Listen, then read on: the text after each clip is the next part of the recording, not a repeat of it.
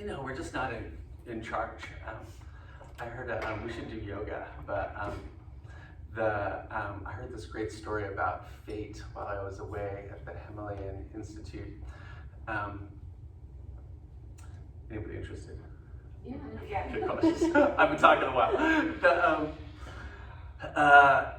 So Triambakam, there's you guys, I think everybody in this crew is familiar to some degree with the trinity of the play of life that is the basic Vedic spread on the nature of the universe. Through the deities is Brahma, who is the creator. All creation comes from Brahma. See, if Susan was here, I'd be quizzing her on this in the back corner. I haven't seen Susan clearly. Vishnu is the sustainer.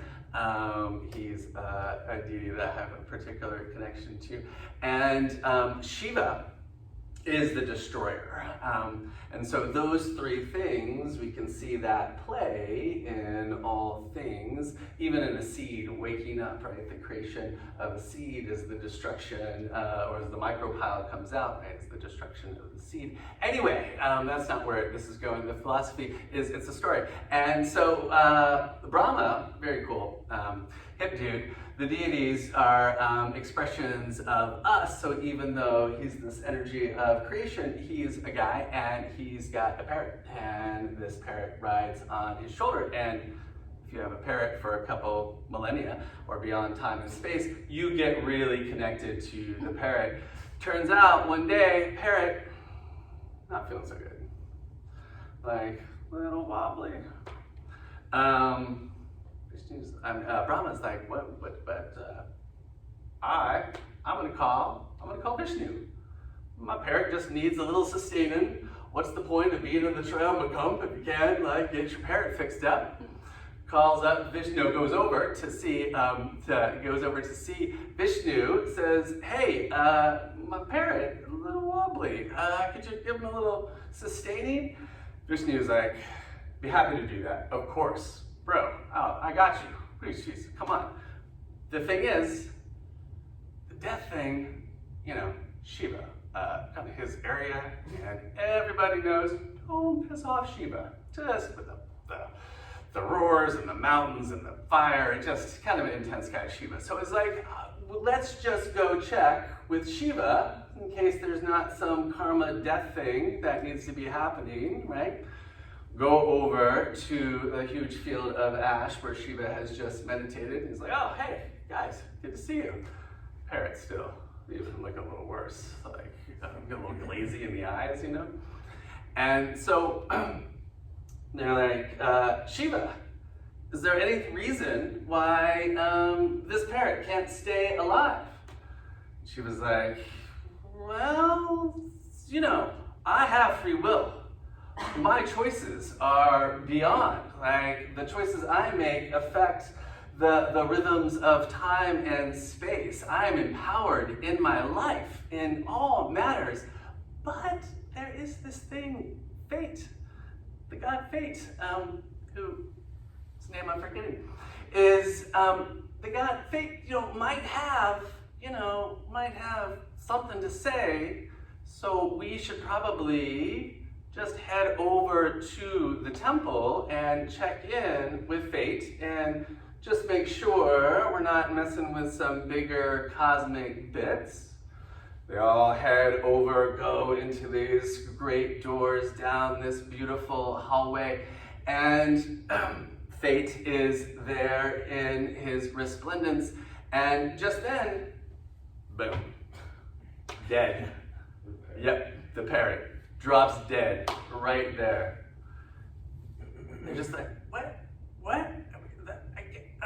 And Fate says, it was fated that when the three gods came together with the parrot into the temple, the parrot would die. Fate, right? Ultimately, we just are not in charge, right? We can make the best choices. This is the place we play. How do we find those, how do we make this dance, right? When are we really in charge? Or maybe it's that clearly Brahma should just gone to the vet, right? All right, so the idea in yoga, of course, is Shraddha, is trust. Ultimately, we just are not in charge, and we can only make the best choices in what we can see. Let's embrace that and draw upon this great tradition to use some tools to strengthen our immune systems and ground our minds as we deal with this thing on our plate, right? Take a good seat, please. That was a lot of talking, thank you. Feel free to switch it up as you need to. Good story. Oh, thank you. Not me. I mean, I may have indulged in it a bit. I mean, showed it a bit. I think I got the biggest ideas. A little active energy in your feet, please, yogis. Interlace your fingers, flip the heels of your hands over, reach up into the freedom of sky as you root down into the support of earth. Oh, with all the anxiety, the fear, and the craziness even before the virus showed up. Easy, right? Right? Jeez, oh my God, how much life could there be? Release your fingertips, stretch up through your thumb tips. Just creating some space and slowing things down. Let's go. A nice grounding mudra, the one we've been playing with for a bit now. Adi mudra. Curl your thumbs into your palms. Make comfortable little baby fists and rotate them down to your thighs. Set up so your elbows are just comfortably underneath your shoulders. No need to pinch the shoulders. But as you inhale, just allow your chin to roll up. Maybe feel the next exhale just roll down your back body. As you lean back, kind of like you might when you were a small child and just leaning back into the support of a parent. A quiet breath just fills you.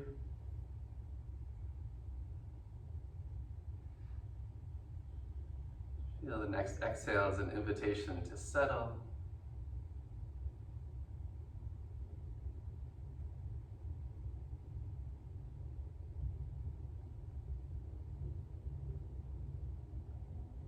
Going to work a technique that not too unusual for us, but it just switches the breath pattern a little bit, depending on how we look at it. We'll just set that into motion now, and I'm just going to invite you to feel, really you can even feel it starting at your heart. As you inhale, this just nice sense of downward motion, inhaling down into pelvic floor. Feet in a quality of trust and strength. And then just be aware of the flow, no need to try or push, as exhale just moves back up towards heart.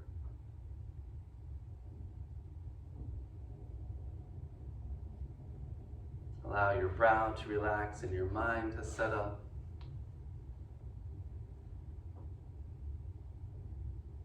Just allow this pulse of life, this miracle of breath, a little sweet bit of presence, to just be its own meditation.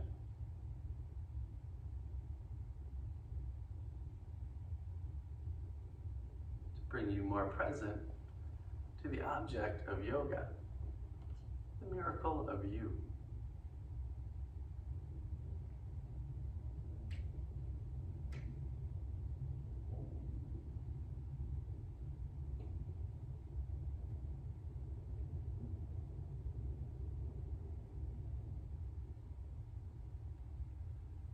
Inhaling the quality of trust down into pelvic floor, Muladhara, Earth Center. Exhale a sense of lightness and lift, that power and trust. Move right up towards heart. And no pushing or pulling here, just allow the exhale to kind of take itself wherever it's comfortable. And just choose to stay with it.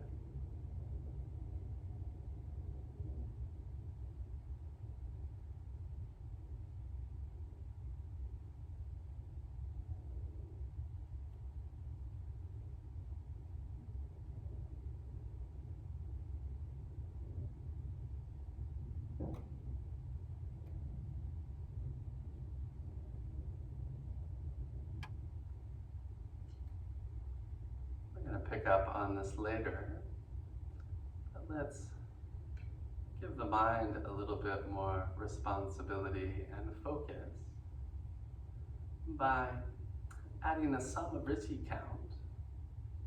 And I'm just going to give you the number today, and I'm going to ask you just to line up your inhale with the count of 6. Let me exhale with a count of 6.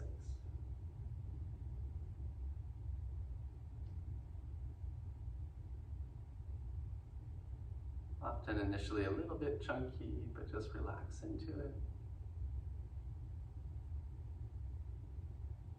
Allow mind to be absorbed into the gentle count and the sweet movement of breath. You continue to settle, accessing the resources of strength and trust.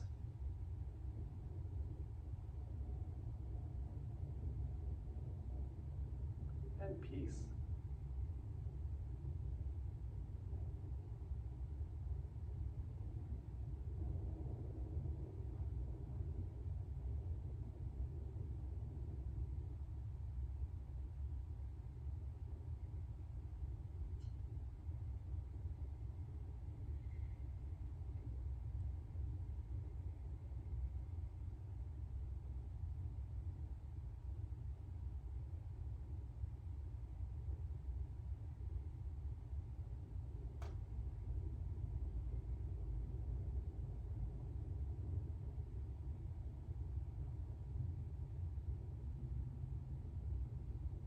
Mind wanders, just come back to it.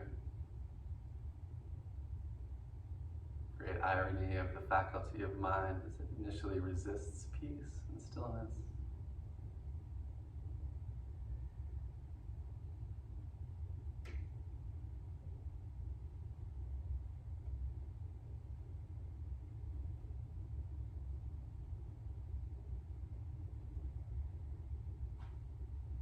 Let's do one more complete round.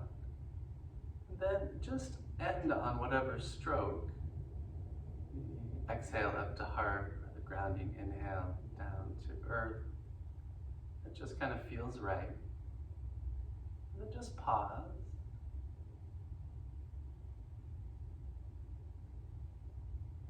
Allow the goddess of breath to breathe you. Take a moment to recognize, just after just a few minutes, the shift, the spaciousness.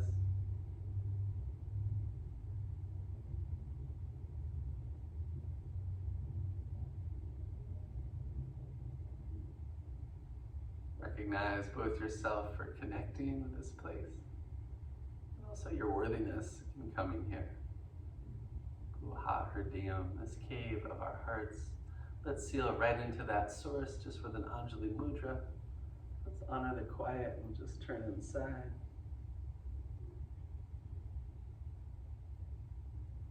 And then for the pose we're going, releasing your hands, soft eyes. Take a moment for things to adjust. Stretch it out. For the pose we're working towards and the practice we're heading towards, we do want to activate a bit, particularly hamstrings and low back, but all bits of us. Charlie has a tweaky right hamstring, so we'll work some therapeutics in that. Let's do our familiar slide all the way up to the front of your mat and wiggle your feet a little bit wider. Santiago's got like a Three Stooges thing going on. This mat keeps getting shorter.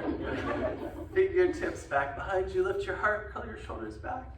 Activate your toes so there's this nice sense of electric energy like you're putting on energetic socks all the way up into your knees. Keep that active energy in your feet as you see how things are feeling. Taking your knees side to side. This is a good place, Charlie, to get, you can kind of feel if you can stay up a little lumbar curve, you can really just be rolling right over sits bone. And then that's tricky. If it's really inflamed, it just needs to cool down. So it's just kind of, how does it feel? And it's a great Susie Hurley line, Terry, is we don't go to pain, we go to the point of therapeutic irritation. The power of mind. Next time you go over to the left, go all the way over, I'm mirroring you. You're gonna bring your foot and knee together, you guys all know this. You're gonna walk your hands around behind you, and kind of specific here. So you're gonna make sure you're leading into your left thigh and your right bum is up. Create a little engagement there, a little bit of tone in your foundation, foot pressing into knee and vice versa. If it works, come up on fingertips, lift up your heart. Broaden out across your elbows as if you're trying to pull the floor apart. Palate slides back like you're drinking something yummy. Tailbone anchors through your knee. Take a breath right into your spine, and from your spine, from your central channel, exhale, twist your heart to the left, look a little bit more over your left shoulder. Don't force with the arms, but they can encourage a little bit of the twist. The further we twist, the more support we need. Yeah, awesome, you guys. Find your breath, feel that it's available right around the circumference of your ribs. Excellent. You might try dropping the elbows out wide to the sides and pulling your heart forward. If it works to pause here, grip your left finger pads, lift your left shoulder, twist a little bit more, and then we're gonna drop down to forearms. Forearms could also go on blocks. You could also get the heck out of dodge at any point.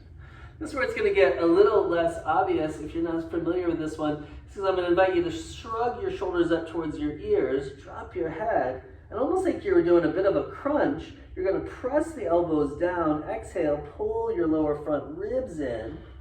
Feel this deeper quality of tone. Your tailbone will naturally slide down, your low belly will tone. Awesome, you guys, exactly. We'll just take a moment. Part of life is just digesting all of these different and ever-changing circumstances. So feel that you're both activating and opening your core. Feel that on inhale.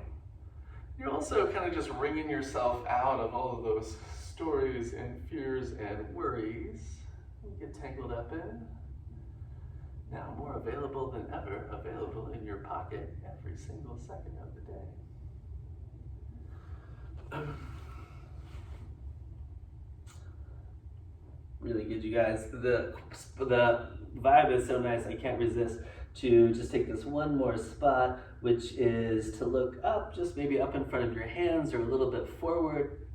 Come right back into your central channel, breathe into your spine, press your elbows down and pull your crown towards the back of the room. As the tailbone anchors into knee, feel that whole line of the central channel, what the yogis call your Shashuna, or graceful gift. And then as you find this line of action, there might even be just even a little more twist to find to the left. Excellent, you guys. Think almost a little Shavasana-esque here as you use the strength of your arms, recognizing we've been jumping right into the core muscles. I'm just going to come out a little more chill. You're going to stop me if there's aches or pains or troubles. As you walk out, yeah, you guys can just come on out, Shavasana. We're going to just walk ourselves around. And that was kind of a journey of a pose, so we'll take our time and do all these same steps. Foot and knee together, walk your hands around behind you. If windshield wipers would be helpful, take a couple. Remember, the first one is kind of a classic Iyengar-esque twist. Inhaling into some length, broadening out across the collarbones. The relationship of your head and heart here, not by pinching the shoulder blades together, but by sliding the palate back. We could jam that up, right? We could overdo that. Willpower, the only true friend of self. Willpower, the only true enemy. Nice, you guys. Check in with tailbone knee connection and the corresponding little tone in belly. That's particularly relevant for Catherine and Alex. Nice, you guys. Broaden out the elbows, and just before we go to stage 2, just see if there's a little more twist to find here. Broaden, nice bright breath into heart. Turn your heart to the right. Sweet. Feel even your vision can be an extension of this flow. But on the opposite end and the starting of this flow is the strong energy and foundation. Like, stay strong. Walk your hands away from you. This idea that you're pulling your heart towards the back of the room. Looks like, yeah, we have this nice sense of it. So challenge upper body a little bit. We're not heading there so much this afternoon. Broaden out your elbows. And then this idea of lifting your right shoulder, right armpit. And it's kind of cool here because if you integrate the shoulder, then we just kind of fall into the twist. Reach through the crown, twist a little bit more through the right, anchor through tail. Any little bit of space will take it. Drop down to forearms. And we're kind of changing our orientation a bit here from a little bit of a twist with a back bend to a twist with a forward bend and a little humility. Shrug the shoulders up more than feels right. Let your head go. Relax your jaw and your tongue and your personality. Some of us will just, if you're kind of with this more subtle action of rib integration and lining up the core, then it might be available to be a little more subtle here. Everybody's going to stay strong in their legs. If it's a little newer action, you might find pressing the elbows and kind of working it as a crunch. But be careful of that. It's a great example of that idea of willpower, friend and enemy of self. It's because we can easily create a new pattern of tension. So where's that place where we're just filling that area out enough? That access is available, that flow is enhanced. Yep, and we're just giving ourselves a moment here to breathe around the circumference of the ribs, to allow some of that wringing out to happen. Don't shortchange yourself on breath. And then even add in an extra step today. Press your elbows down, like just up in front of your hands. Feel like you can use the strength of your arms to extend your crown forward. Nice Santiago. And of course, your spine can lengthen in two directions. Keep reaching through the crown with that little bit of help, and perhaps on inhale, and then there's still this anchoring and lengthening through tailbone. A few of us, just a little rib lift might also enhance that. Maybe pull the ribs in a smidge, Terry. Smidge, my favorite Sanskrit word. Last little bit of twist. I declare you all twisted. Strong arms are going to walk you out of here.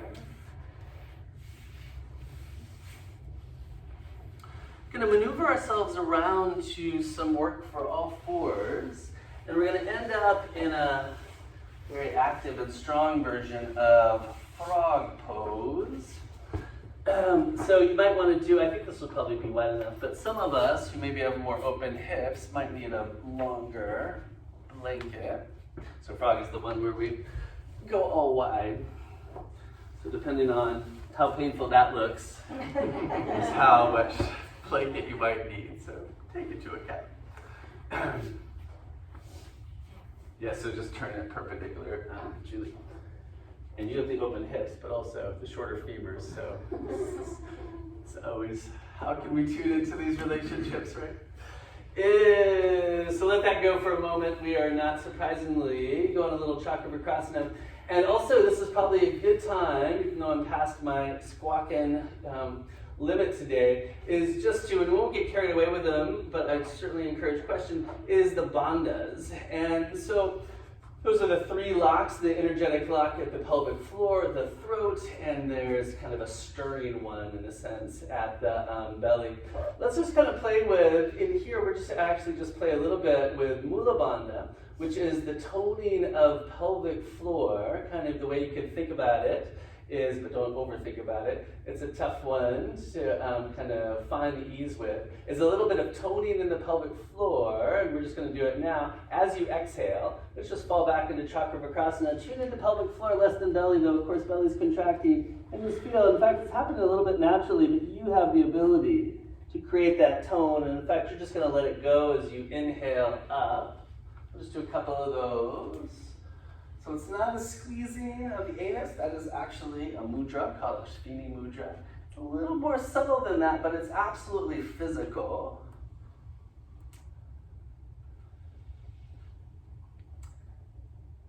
I want to get us to this practice, so we're just going to do kind of like I said, not an overthinking or too much refinement with these bandhas, but just kind of set it in motion a little bit. It fits with those qualities at Muladhara, trust and home and stability. Energetically, it's about one way perspective would be, or one aspect would be this idea of creating a container around the Sushumna as a way to this energetic spine, as a way to work with energy. But one of the cool things about the bandhas, which classically are suggested for strong health and immunity, is it's kind of cool with modern physiology that these bandhas as we get up into the next one here in a second, really give us some unique access to creating stresses, healthy stresses, in a receptive environment and body. It's kind of beautiful because it's just kind of technology that I'm not aware that has been developed anywhere else. So that's a little bit of a pulsating Mula Bandha. Let's move up to, let's meet up at all fours. Jaladhara Bandha is the throat lock, and much more, I would say, more subtle than the next two. Just bring yourself to a neutral table position, and it can be as simple as lengthening through the back of your neck and creating a little tuck to your chin with a long spine.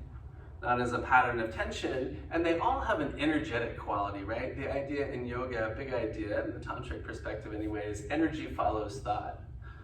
This is just our quick Bandha review, I swear, is now feel that you could hold Jaladhara Bandha, this energetic tone at your throat, just with this little bit of tuck of your chin. Feel that that's set, choose to create it. Tune into your pelvic floor. Draw your perineum into the body, independent of breath now. Play with this idea, where is this place where we get this sense of tone, where if the core is the four corners of your trunk right now, where these two practices, right here in this moment, are giving you a little greater sense of this container of you. Breath is just smooth. One way to play with, and we might get to this a little bit in the Maha Mudra, is even just right now, kind of giving that container a greater quality by feeling inhale as light, that is just filling you right now, and exhale, that light in a sense is just being deposited, and it's just, exhale is just clearing out air, and that doesn't serve. Right, so those are the bandhas, those are the two ends of the bandhas. And the next one, of course, let's give ourselves a break. And you guys are going to ask me questions if there's any troubles. Let's go, and we'll keep the Mula Bandha. We'll not worry about the throat lock, but let's just do a few rounds of Chakra Vikrasana before we visit the last bandha. Next, on the next exhale, scoop the tail, pull your navel way in and up. Keep the tone in perineum and pelvic floor. Let it all go as inhale just fills you, your heart slides towards our great day out there. Send out a little brightness. Follow your breath's lead like you're her dance partner. Exhale starts. You fall back, you draw the navel in and up. Stuck in the Agni at Manipura, navel center at the spine. Said to be the home of fire and willpower.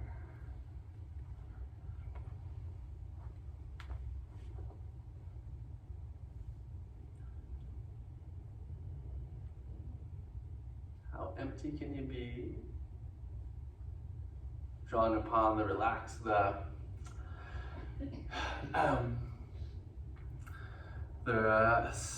elastic response of the lungs just to fill yourself. So just as we give ourselves one or two more here, really feel the power of that contraction and willful exhale sets up a space where the inhale just becomes a gift that fills you. Easy to forget that. Thanks, guys.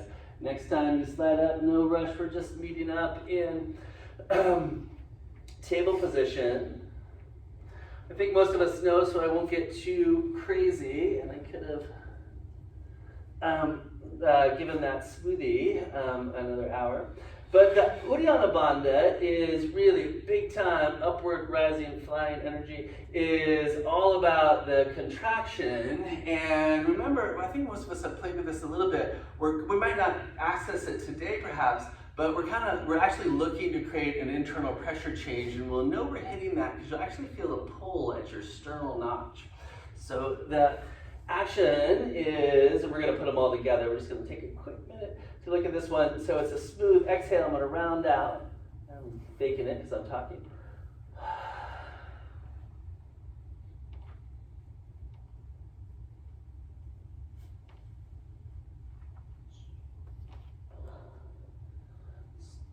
So the technique there was just this big, how much can I round out? So you saw how there was this more obvious exhale, and then I kind of found this deeper place to draw into.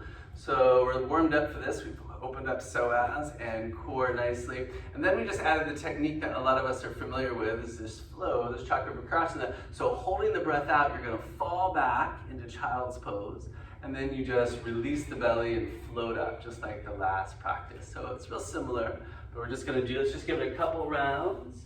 So, and take a moment, so do that big exhale, press all the air out, press the floor away.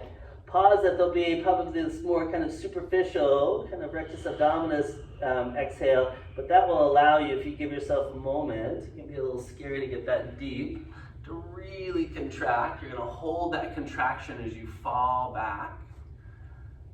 And then you're just gonna release your belly, and inhale is just gonna fill you just like before.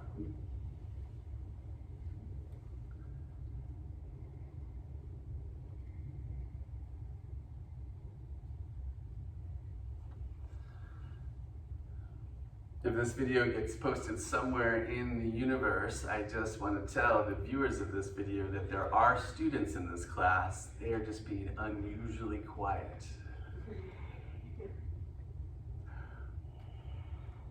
Awesome, you guys. Way to stay inside. So now I'm just going to assume, because actually Santiago is the only one big on my. Not sure if we looked at Bandhas too often. I think almost everybody else this is familiar. So I'm hoping I'm making sense and you're going to tell me. And so the last one we'll just play with, and then we'll get moving as I promised, is we're just going to put it all together. So you're going to do just like we're doing now. You're going to round everything out. You're going to tuck the chin. You're going to draw the perineum in. You're going to empty yourself completely. All three bandhas, and we'll just keep working it in the same flow. You'll maintain them, fall back. If you're comfortable here and more familiar, you might want to pause, no strain, just be in the stillness. It's kind of a unique place. But as soon as that first little hint of, if that's where you are, as soon as that first little hint of I want to breathe comes, just go with that impulse.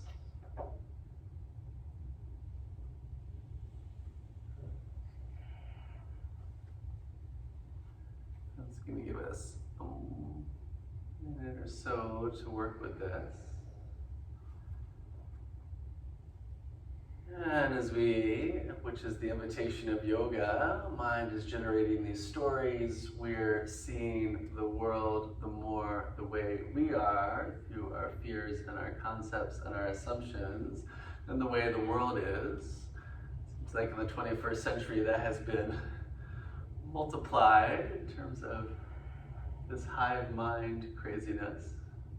So not to suggest by any means that good bandha practice makes you coronavirus proof. But we know the context we can certainly recognize is that the stronger our immune systems are, the more resistant we are. Really good practices for immunity. And interestingly, not the main reason they were developed. Way to stay in there. Let's just do 1 or 2 more rounds. Please don't hesitate. These practices can be a little esoteric and hard to teach, so let yourself be the explorer. There's nothing to get right in the exploration of ourselves. Awesome, you guys. Beautiful. Let's keep it going, and so we'll keep up the practice, and we'll just slide and meet up, please, in table position. Check out how you are meeting Mama Earth and become a little more conscious in that connection. Please spread your fingers enthusiastically. Bring your thumbs in just a little bit, and it can be useful to check if the creases of the wrists are parallel with the front edge of the mat. And as you guys look up a bit, enjoy that little bit of brightness at trunk. Curl your toes, and let's go back into down dog as we say good afternoon. Hips and hamstrings a bit, and upper body. So key thing as on our dharmic plate as a class is Charlie's hamstring, who he tweaked out on an adductor machine the other day. Key idea with any time we have a muscle attachment issue is stira, the yogic concept of steadiness and strength. Please bend a knee of one of your legs a little extra. And Charlie, you do the quirky, the talking side. And with that knee bent, press your heels straight back towards the back wall. You'll feel your hamstring will engage a little bit. We're doing the opposite that we normally do. So I'm asking you to press the bent knee. And then, you're just gonna wake everything up, exactly. And you're gonna spread your toes and start to bring that leg stronger. The main thing, Charlie's feeling it up in his sits bone, and that's where the hamstring attaches. The main thing right now, this is extra true with hamstrings, is keeping it engaged, right? So finding this place, Charlie, where the engagement is more than the stretch is going to be key in healing it. Nice, you guys. All right, let's bring it together. Bend the knees a little bit. Lift your sits bones way up. Stick your bum out like crazy.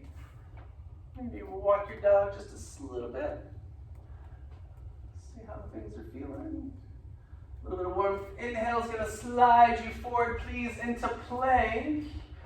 Draw upon those adductors. Charlie was working in the machine. Hug into the midline as if there was conveniently a block between your inner thighs. Check in with your rib integration, and then if core is supported, take a breath into your heart and feel from heart. Exactly, Julie. You can extend actively in 2 directions, get longer.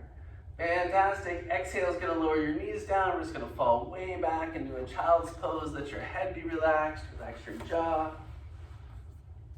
Elbows get heavier. Inhale is moving and feeding a bigger intention for trust right down into pelvic floor. Exhale is bringing you back up into heart, and just feel that sense of brightness in your heart in the back body here. Inhale down into pelvic floor. Exhale bringing you up into heart. Next time that exhale happens, let's move up with the exhale. Slide yourself right back on up, table position. Ruby yogis, curl your toes, spread your fingers, soften your hearts. Downward facing dog. Nice, we'll keep it a little bit more together this time. Please find your index finger knuckles. Press down into them. Feel how that's going to bring strength. Impressive, Kathleen. To bring strength right up into your shoulders. In fact, as a group, we've got really nicely integrated and stable shoulders. See if it would make sense, you guys, to keep looking up just a little bit. And don't let your armpits get hollow, but even here, could you find a little bit of softness between your shoulder blades? Yeah, nice, you guys. Super good. Pressing both heels back. Charlie, you be real liberal. Charlie, you're going to skip this one or be super conservative with it is what I meant to say. We're going to stretch the right leg up and back, yogis. Right leg up and back. That's going to make your left hamstring stretch more. So keep them engaged, like you're trying to push yourself off of the ball of your foot. Nice, you guys. Pull your ribs in a little bit extra. Reach through your heel. Excellent, you guys. Wait for an exhale, and you're going to step all the way through into a lunge. Nice. Flare the toes of your front foot. Draw that good energy of earth right up into your right hip. Pull your right hip back a little bit more. Fire up your back leg. Slide your heart forward. Right hand is coming to hip. What's going to tend to want to happen is the front knee is going to want to drift. So you're going to hug that knee in. In fact, planting down through the ball of your big toe, you'll bring some of that earth energy right up into body. Before we head too far into the twist, just enjoy and extend the length from crown to heel. Next exhale, turn yourself open to the right. Knee hugs in. Pause, even though you know you might be heading a little bit further towards a twist. But feel if you create a scissoring action, even more willpower and foundation, squeeze knee and foot together. There might be a little more opening. It might be just perfect. Icing on the cake today will just be to stretch the arm straight up. Exhale, opening up a bit. The more you hug the back heel in, exhale is going to take you all the way back down. A quick Ardha Hanuman, lower your back knee down. Slide yourself back. Press your heel down. We're not serving any form here. Don't worry about how close your butt gets to the floor. Charlie, this is a nice one to really have the hamstring tone. So as you press the heel down, you can really feel drawing back that toning. Keep the stretch in the belly of the muscle. If it's not there, back off and make the leg stronger. Slide your heart a little more forward. Nice choice, Karen. 5 to exhale. Inhale is going to slide you back to knee down lunge. You're going to turn it back into lunge. You're going to step back into dog. Less hamstrings, more low back. Lift your groins way up towards the ceiling. Feel that you can actually use the power of your legs by bending your knees and squeezing an imaginary block. Yeah, groins move back. If the groins are hollowing, you're broadening out pelvic floor, toning pelvic floor. That's how we get the strength there. Beautiful. Let's see it is the left leg that's going to go up and back. Making your right leg stretch more. Good call, Charlie. Be careful, yeah. Keep it super strong. No, yours.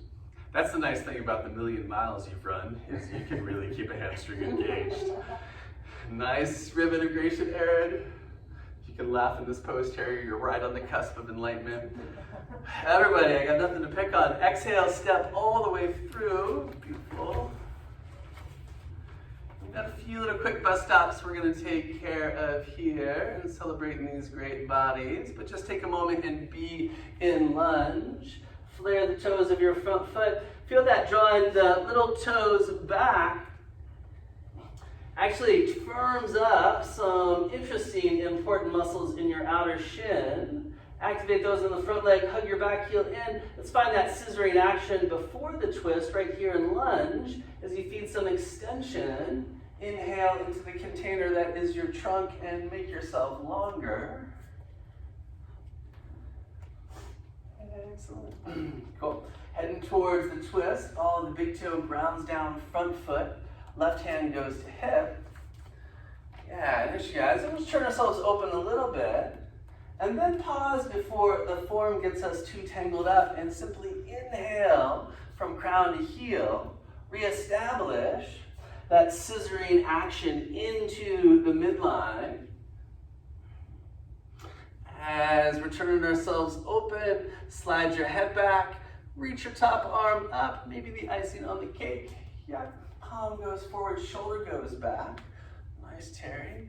Yeah, good. Shoulder choices, everybody. Beautiful, Karen. Exhale is going to wind you right back down. And we're just going to take a little pause in Hanuman, or Ardha Hanuman. Lower your back knee down. And just leave your hands where they are. Just lift up the ball of your foot. I want to remind Charlie of this one because it's a good one to really make the hamstring engagement sort of unmistakable. Rounding your heel down, drawing back. Stretches in the belly of the muscle. If that's not the case, we're going to back it off. Ground down more. That's really the first piece. Relationships always become more refined. If that tone is really available and working, we're going to balance it out, almost like you're pressing on the gas in your car, by reaching the bones back into the earth. If all you heard was Charlie Brown voice during that last spiel, you've gone too far. Slide forward. Back into lunge. Cool, and how are we doing? We're gonna step on up Uttanasana. And just pause for a moment. Such a beautiful pose where we just turn into ourselves. And some of us could just be like a rag doll here. Please don't. Other than Shavasana and her sisters, we always want to recognize, modern physiology really backs this up, the importance of loads and strength into the body. Here, of course, it's low back. Create a feeling in your legs as if you were going to jump, with a little bit of extra adduction. And then feel that you can give yourself that tone, that presence, and you can make it a little more elegant. Yeah, in fact, keep the tone in the legs, but just let your upper body go. Let's clasp our own elbows for a moment. If you've been upside down too long, listen to body before me. Yeah, this paradox, all these double binds we find ourselves in life. Can we here right now give yourself this strong, steady grounding action through legs? In fact, even enhance it more by pressing your tailbone through heels. And at the same time, like a waterfall, just letting upper body and brain and even personality just surrender. Ragya, to gravity, maybe to a little bit of trust. And as you guys, last hamstring segue. Release your elbows, bend your knees. A little bit more than you need to. Take your index and middle fingers, loop the corresponding big toes. Get a little juicier in the knees, so thighs are maybe even on your belly on thighs, and squeeze in between your heels. There's an imaginary block between your inner thighs. Keep that working, but let's just pull the shoulders towards the floor. Head stays relaxed. It's a lot to ask. And then, without getting in too much of a pissing match between low back and hamstrings, start to bring your legs straighter, mindfully. This is the phrase of the day. Nice, Julie. Everybody's super good. Terry, always a good question is, can I let my head go more in life? All right. Let's just keep a little more active energy here. Last one, we'll bump your hands to your hips. You'll sink down into an imaginary chair. Check out that your legs are like train tracks. If it's feeling good, you might want to stretch your arms up. If low back is doing enough, you could find that bringing hands to knees, or of course, taking yourself out of the chair a little bit. Charlie, the best you can, stick your butt out like crazy. Feel there's a flow, yogis, from tailbone to heels. It's a little more obvious on exhale. Next time you exhale, press from your tailbone to your heels and bring yourself up. As you do so, please ground the thighs into the back plane of the body. They'll tend to want to slide forward. Not to the point of discomfort, but give yourself permission to go a little more underneath the spine. Sometimes that will give us a sense or a feeling that we're going to fall back because we're shifting our fundamental alignment. Feel that you can keep your butt back, and instead of going back the thighs forward, you can just lean a little more into the balls of your feet and try out lining up skeleton with gravity. That'll feel a little different perhaps. Palms are bringing us back down to source. Our own hearts. Take a pause there, please. Take a breath into your heart back and front. Let mind soften. Feel the availability of inhale down into pelvic floor. Exhale is just lifting up freely into heart. Try less. Feel more. Release your hands. All right. Questions on anything? I didn't get to my frog I was thing. going to say that. I know. It's okay. It kind of fits. I was going to get us. I kind of skipped my little hips things for Bandhas. We do want to go there just a little bit, so we're going to change gears now. I'm going to declare you warmed up. I think I'm authorized. I'm not sure. Oh, and actually, you guys, with the boys, let's actually hit frog pose in just one moment, and let's just kind of efficiently maneuver ourselves around. And the other option here, you guys, would be, because we do have a wide range of practitioners, I'm not going to teach it, but the folks who we just want to get a little bit into the glutes a little more than we have for where we're heading. So the other option, of course, would be pigeon. So if anyone wants to bust out the pigeon, while I talk us through Sukhi Randrasana, we're starting in constructive rest. You're crossing right ankle over left knee. The piece I actually want us to do here, it's a little counterintuitive, as simple as this pose is, it literally translates easy, cross-legged seat, is you're gonna please bring your right knee forward, and as you do that, tune into your pelvis, which might be a little tucked under. It certainly is on the right side because of the shape of your hips right now. But what I'm asking you to do is bring your knee in a little extra. In fact, pressing your foot into your knee might be useful to get this next action. It was the one I was harping on in dog, and it's just creating some tilt in the pelvis. So you're going to create some lumbar curve. As that happens, for a lot of us, that lumbar curve is going to translate up higher than we wanted to. So just double check that you are the best you can tilting the sacrum into the body. So there's a sweet little bit of space in the low back, but we're not migrating that curve up to what we might describe as popping ribs. So now we're doing a little bit of core work, right? You're actively keeping the tilt in the pelvis, you're actively keeping your ribs in. And now don't lose the alignment cues that we just explored, but now take your right knee till it hits a little resistance. We're not servant form, just wherever your right hip says. But wait, there's more. I'm gonna ask you to squeeze in between your knees. Keep the core, which I just lost. Keep the core, meaning that you have a little bit of sweet lumbar curve in the low back. Ribs are integrated as you take your left foot away from the mat.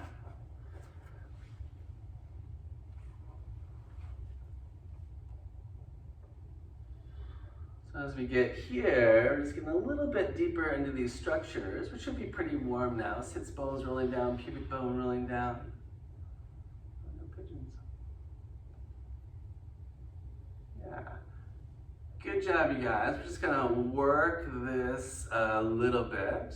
This could be, we're heading towards the Bandha work here in a moment. This might be a nice shift unless it's distracting, because I'm gonna keep working here a little bit. You could add Mula Bandha here and just maintain it. I'm gonna invite everybody, that's optional. Of course, everything's optional, really. Inhale is gonna be the general invitation to bring your arms overhead. Watch out, the ribs are gonna wanna pop. Tuck your chin, reach through your thumb tips. You could even, if you're working the Mula Bandha, you can even feel how you can just add the Jaladhara Bandha and feel this container from pelvic floor to throat. And now we're just gonna do a version of this we rarely do. I'm gonna ask you to stay in the pose, exhale your hands down, grab the back of your left thigh, and you're gonna pull the knees in. We'll lose some of that internal action. And now we'll just isolate the glutes a little more specifically. So you're gonna pull the knee in, the little more common version of this. That pulling your left knee in and pressing your right knee out. Probably doesn't need to be said because it's all obvious, the level of sensation. Find your breath though, be careful that the breath isn't being inhibited by the sensation.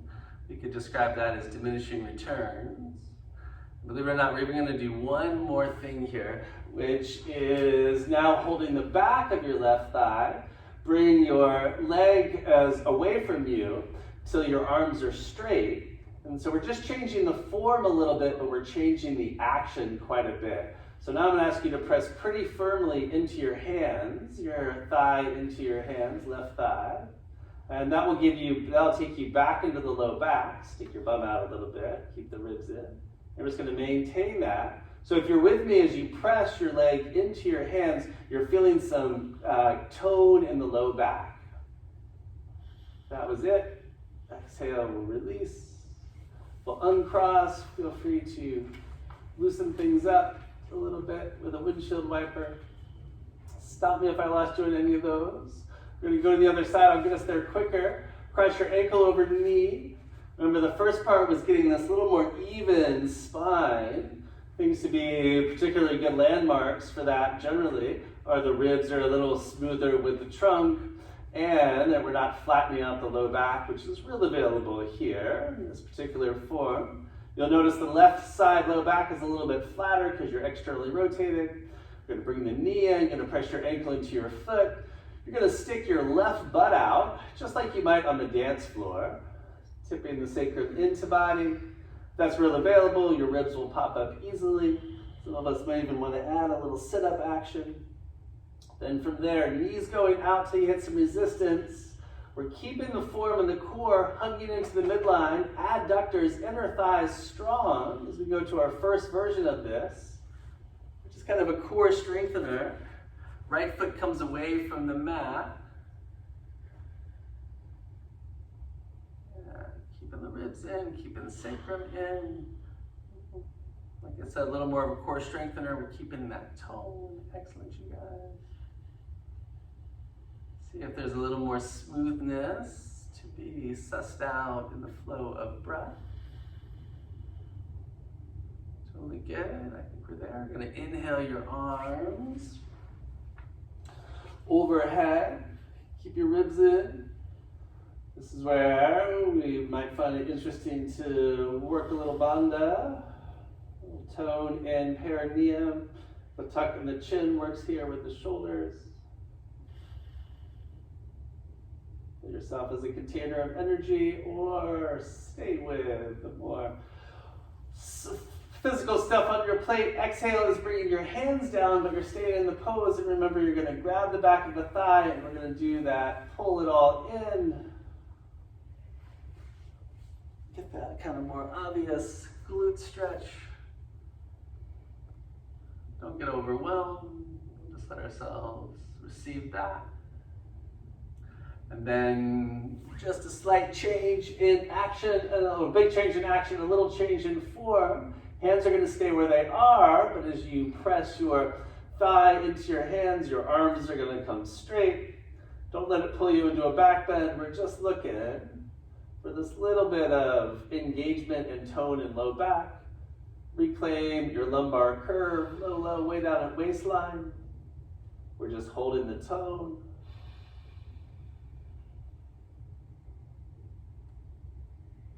And exhale, we can release, uncross the legs.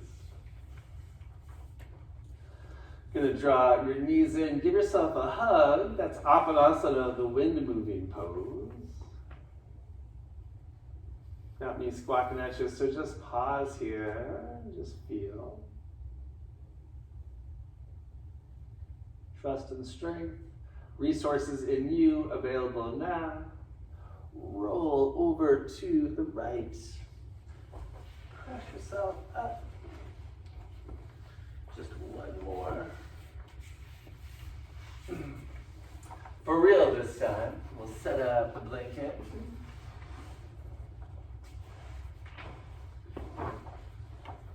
And the main thing is, as you guys are getting ready, the version I like, there's a bunch of different ways and a million in every pose, right? Different ways to go. Although I used to be fundamentally opposed for anatomical reasons. It's funny how our stories change. Anyway, the classic way, the external rotation here is pretty challenging, so it's not necessary. Feet can definitely go straight back, but basically it's going to be how we're going to get here. And we're also, the hamstring opportunity that Charlie is bringing in today is just as true here. So some of us who are real free could kind of just splat, and I don't know the Sanskrit for this, but it's perfect, Kathleen, because the thing, you never want to see the frog in relationship to the term splat, right? You don't need to go any further, Alex. We've all been there. Poor little frogs. Right? So the thing is, we're going to keep this quality of tone. So as we drop down and we just start to slide out, whatever your foot position is, we're going to be careful not to go too far. And the action that's going to be key is I'm pressing, no matter how far you go, I'm going to press my knees down. And then if you're less familiar with this pose, once you're here, so I'm actively pressing into the ground, then we have a bit of play. I won't be coaching you guys, but the check in with the ribs without losing it's the same neutral spine ideally. And then the play is from crown to tail, that's better, is starting to work back and forth. So the more you come forth, the less pressure we're going to get into some of these deeper pelvic attachments. We're going to start moving ourselves back. We're going to work this for 10, 20 minutes and then discuss. Yeah, nice you guys. Yeah, perfect. Oh, really good, exactly. Yeah, and it's just easy, the overwhelm is available. Such a common human pattern in this, maybe always, for those more fiery souls in us, right, is to not feel like we're doing anything unless we go to 200%. So especially at this point in practice, or if that sounds true of your constitution, and this is a less familiar place to go, right, which is one of the gifts of the asanas, is be a little conservative here.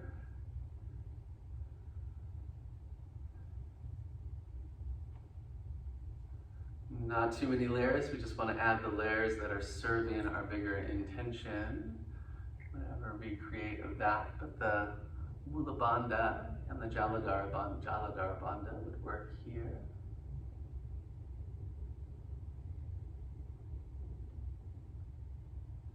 I like the vibe, and of course I'm pushing time, I'm just going to give us a little more.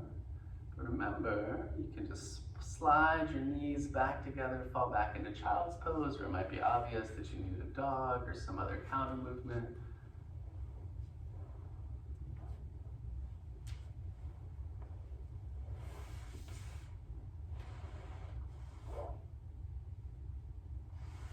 There's you guys. And then not that we're rushed, but what I would recommend on the coming out of this, you guys look real present, but would be to just, obviously the sliding forward is gonna reduce the pressure. And heel toe in or squeezing the knees together. The counter stretch that feels good for me is just child's pose, but like I said, dog is available. Pause for a moment.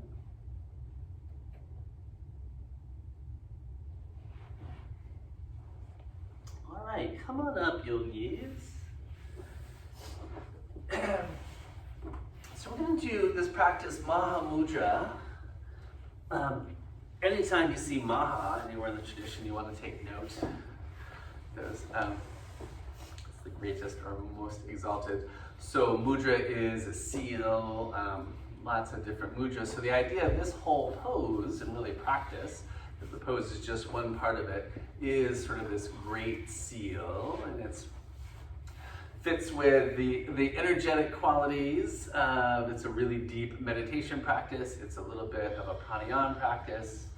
It's a floor wax. It's a dessert topping. Just if you're listening. Cool. So just, I think another one. It's not too crazy, and we are super set up for it. It's real similar to Janu Shavasana. So what I'm going to ask you to do is be a little bit liberal in the propping of your blankets. Let your right leg be straight, I'm mirroring you, and your left foot's going to come in. And instead of going more obtuse, wider with your knees, I'm going to suggest, even if your hips are more open, that you keep it a little bit more square, that you bring the ball of the foot into its the other leg's inner thigh. And then the other thing there, this is true for everybody, but particularly the guys, you got it, is see if it would make sense. Exactly, Charlie. Charlie just did this great action, because what happens with tighter hamstrings is, in a sense, kind of like the spine almost like feeds into the length of the leg. Do you ever notice that, like in the car, when you take that moment to put your butt all the way back in the seat, you realize, oh, I can't reach my gas pedal. It's because we've been sitting on our tailbone. This is just me confessing, no one else has ever done this. Joe, we sit at anatomical neutral. That's the way we roll. Is right. So this idea, and it's just a work in progress. We've warmed them up real good today. But what will be useful for everybody is to grab your thigh with this idea of getting your leg more underneath you, right? And so pulling it back with a little bit of internal rotation can be helpful. Leaning away from it so you can actually grab your sits bone and pull it back. And then being a little bit honest with how the setup is, because most of us in this position, it's going to be hard to keep a little bit of lumbar curve, to have a strap. Because just on the quick little bit of asana, the form piece of this, the form we're looking for is to have a long, straight back. So the arms are actually going to be straight. Ideally, I'm not warmed up enough for this either. Press your heels down, and is to really get this long quality through the spine, because it's in this form that we're going to work those bandhas in coordination with the meditation practice that we set into motion a little bit. So the important thing, and you are just in charge of how we do these holds, right? So that's the fundamental form. And so, like for you guys, I would definitely suggest, not that you need a lot, but the strap is just going to give us, just like tangibly, right, a little more extension. Because we're actually looking, it's hard to get a little bit, like I said, we're real warmed up for it, for like an active energy in the low back. So that that whole roll your pubic bone down, you just heard me squawk about in every pose today, was not accidental, right? That's the action that's going to be building out of this, and also key for the bandhas. Questions, concerns? All right. This is the tricky part. I actually think, I know you guys are real ready. This is what I'm going to ask us to do. That's what we're going to do in 2 minutes. Before we get there, I actually think, I hope this works, is we're going to let that strap go. I know, apologize. And we're going to just bring that leg up. We're just going to come to a cross-legged seat. We're going to roll back that position you were just in. We're just going to move meditatively into in just a moment. I think just practically, if we set the pranayama aspect of this here, I think it might translate a little better. Mudra of your choice. Adi Mudra might be nice. Pause and feel. Relax your tongue. Feel your inner ears spacious. And feel the effect of your efforts and willpower and love in this challenging, painful, and resplendently beautiful experience we know as life and embodiment. Feel the grace that the practice of trust is available. The resource of it is available now. Feel it as inhale effortlessly moves down into pelvic floor and earth center. Exhale reaches up towards the freedom of heart.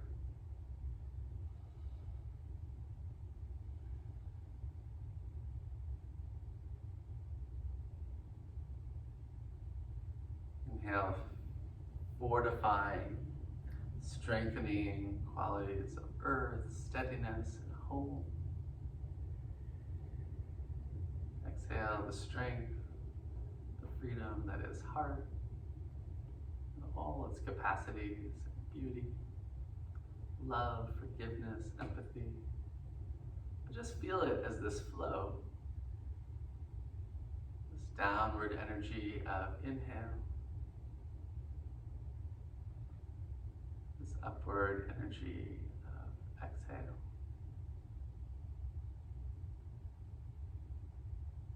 And as it feels right, you kind of settle a little bit. Some of that trying melts away.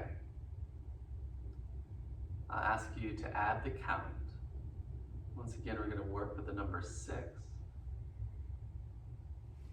You're going to inhale to a count of 6. And initially, you'll exhale to a count of 6.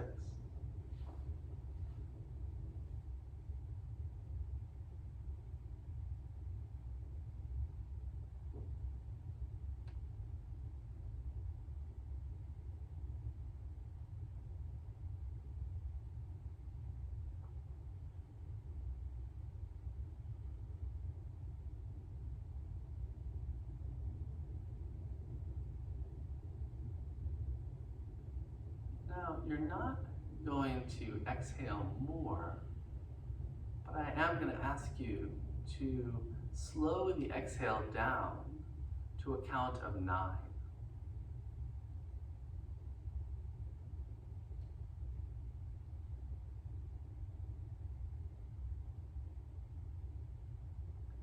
And observe as inhale grounds into pelvic floor and exhale moves up through spine towards heart, that now that you've extended the length of exhale, the distance that that flow of energy is moving is also enhanced.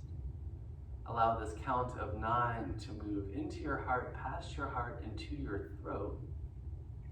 Exhale is still a count of 6 and takes you right back down to strength and steadiness at earth center.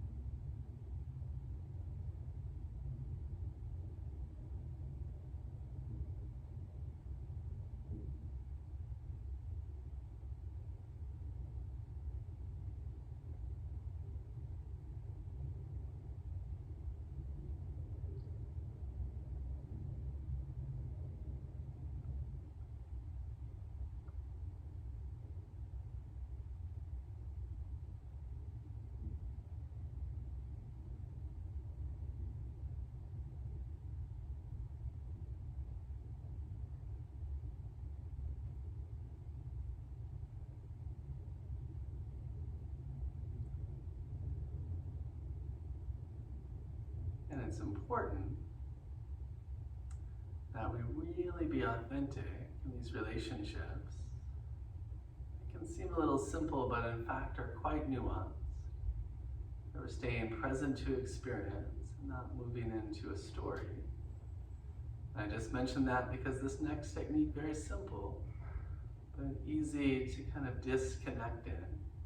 And that would be at this point, when we're inhaling into pelvic floor for 6, exhaling up to throat at 9. We're gonna pause the breath on exhale for a count of 3. In that pause, there is no strain. It's like you took the lid off of a pot and all the air would just remain. It's just a pause between the thoughts, between the breath. Inhale takes you back to earth, the count of 6.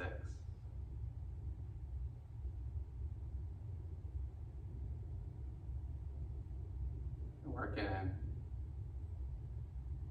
some practices now that could be plenty. The one more layer I'll add before we move into the Maha Mudra is the Mula Bandha and the Jaladhara Bandha, the root and the throat locks. They're not like locks in a door, they're like locks in a canal system.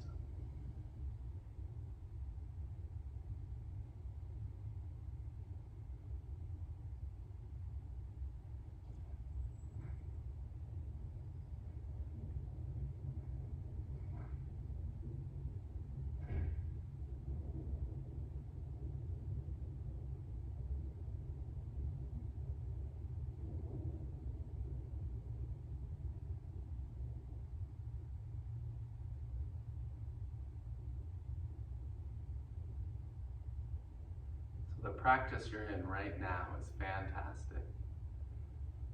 And the big agenda bringing us in here.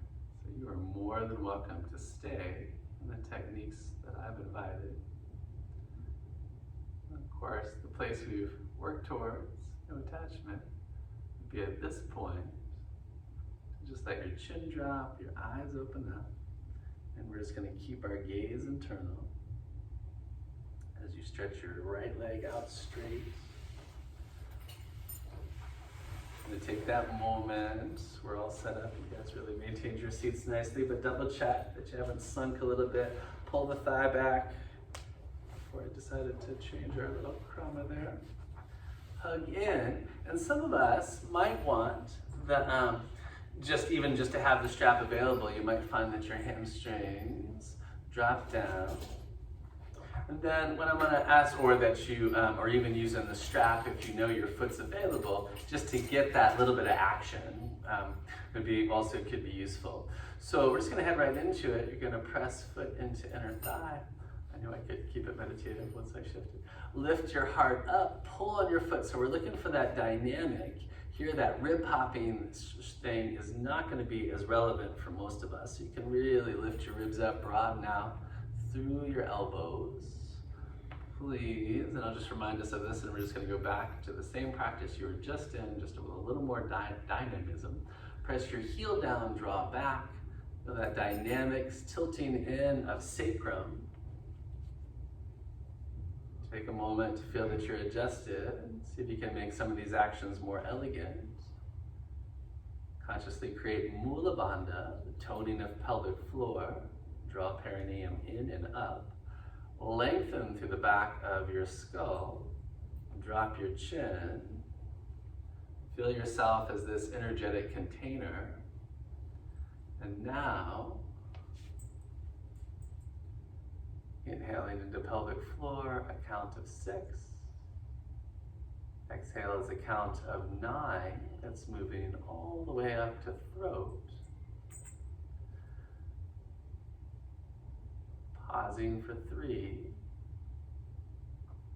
We're going to add the Uddiyana Bandha option in just a moment, but let's just work it. The count a couple times.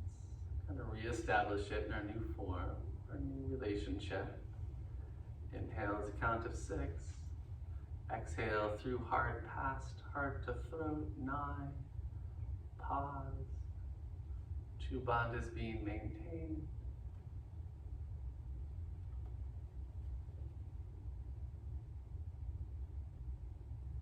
Feel yourself as quiet and as steady as the earth.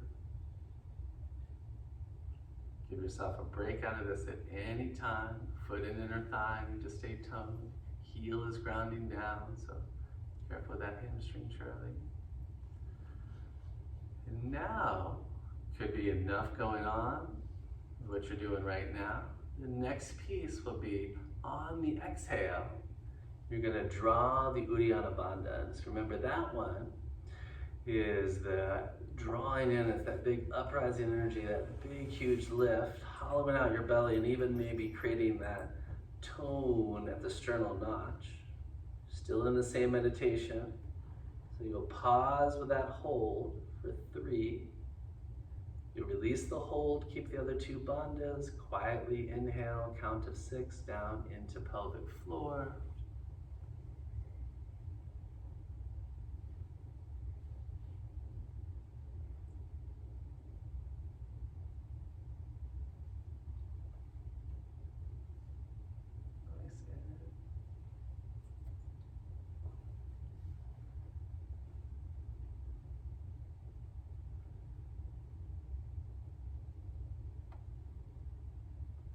Do one more round.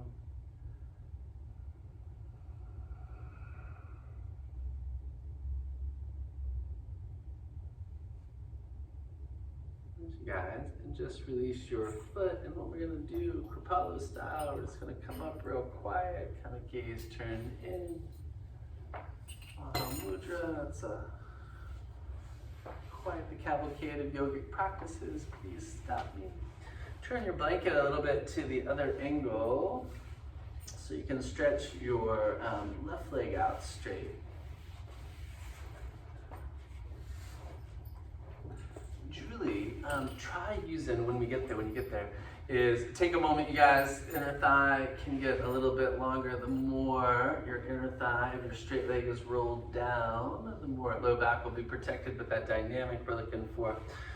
Julie, what you're going to do is just keep your arms a little straighter. So you might need just a little bit of strap, but this idea that we're pulling with the arms to lift up through the heart, pressing down with the heel to turn. So it's just easy to kind of collapse. But for you, Julie, it's just the dynamic of shoulders and lifting heart through a little bit. I think we got this, you guys. I'm just going to let us roll. Yeah, so find the place and where you're just finding the form. So we got all those dynamics we described. We're pulling with the arms. Heart is drawing through. Exactly, Terry. Foot is pressing into inner thigh. Those are all the bits. That's already a pretty sophisticated approach to working with bodies. We recognize the challenge we're giving ourselves. I'm going to just invite you to bring the bandhas up now. The root and throat. So you're going to tuck your chin a little bit. Feel yourself as this container, both ends. Heart is pulling through. We're working on a different level, so if you need to shift this for whatever reason, it's all good. And then I'll just remind you of the practice and get out of your way. Inhale is moving to pelvic floor as a count of 6. Exhale is real quiet and sweet, moving effortlessly. Let's pause the Uddiyana Bandha for just a couple rounds here, just so we can reestablish. Exhale is taking you up to throat at 9. If it feels comfortable, I bet it does, just to add the 3 count pause.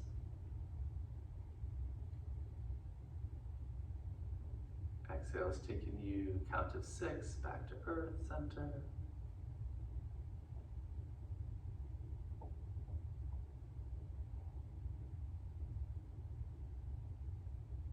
Super still, super internal. Nice, Karen, you're reading my mind on that chin adjustment. Feel yourself as this container that holds trust and power and strength. So you're working with cultivating this magic that makes your breath alive. And then you're just going to add the Uddiyana Bandha on the exhale, assuming you feel like you're not anywhere close to overwhelm. The ease, the sukha, the joyful space, is available.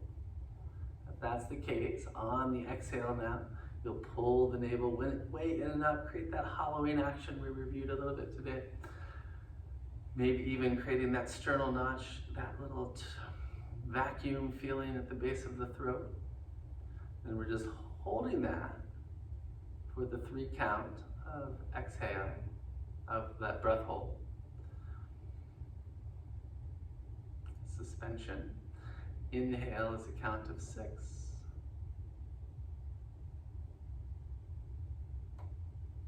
Exhale is a count of 9. From a field of peace, the resources of trust and strength are fortified.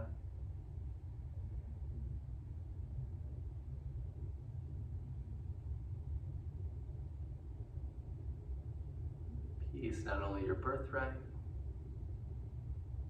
your deepest essence.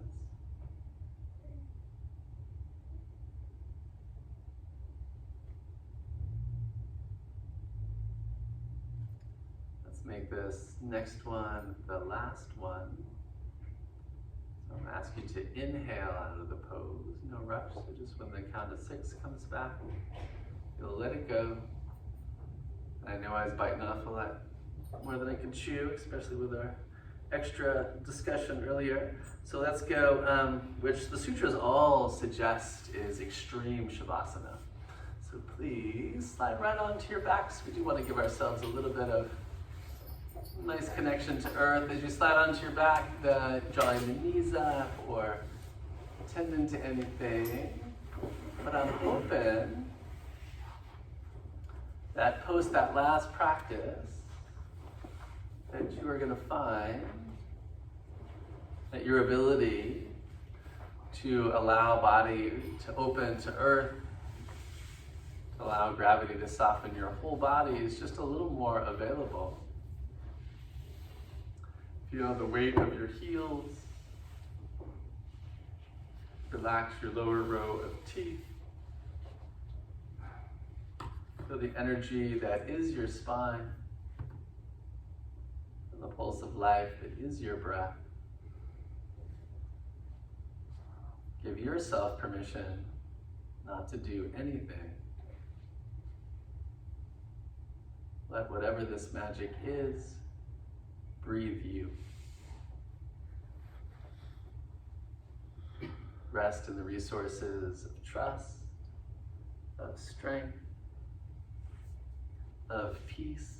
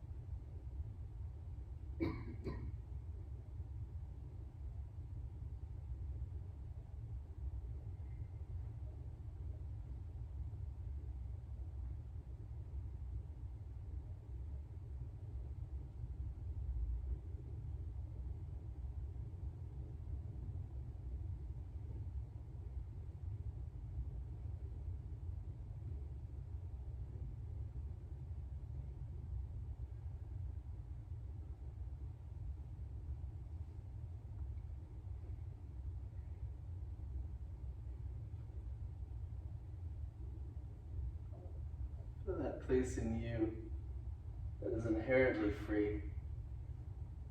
That place in you that has remained unchanged since the day you were born.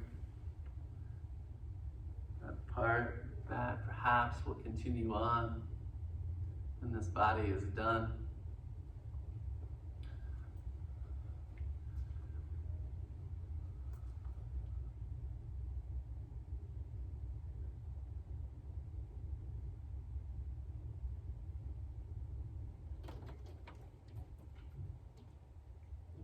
Feel self beyond the physical body.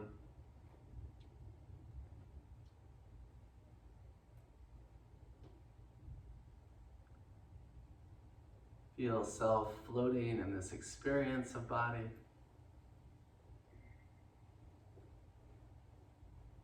Feel body adrift in the experience of peace, in the support of earth. Feel the whole earth supporting you.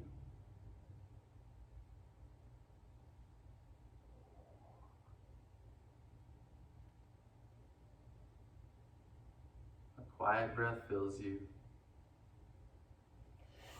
Feel the resource of strength and trust and peace resources. More visible now, more available now. Feel the power of you. I'll just invite you to a deeper breath into your central channel. Bless you. Thank you. Stretch out through your fingers and toes.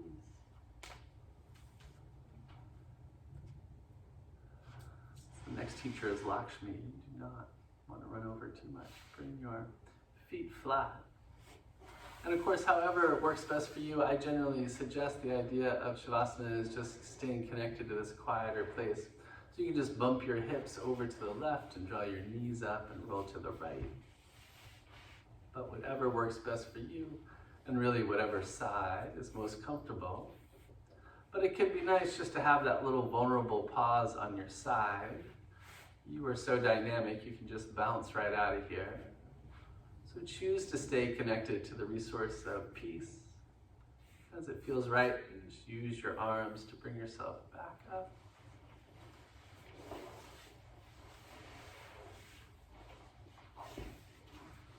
And just need to close up, so we'll just pause. Just take a moment to hold Brahma's parrot in our hearts.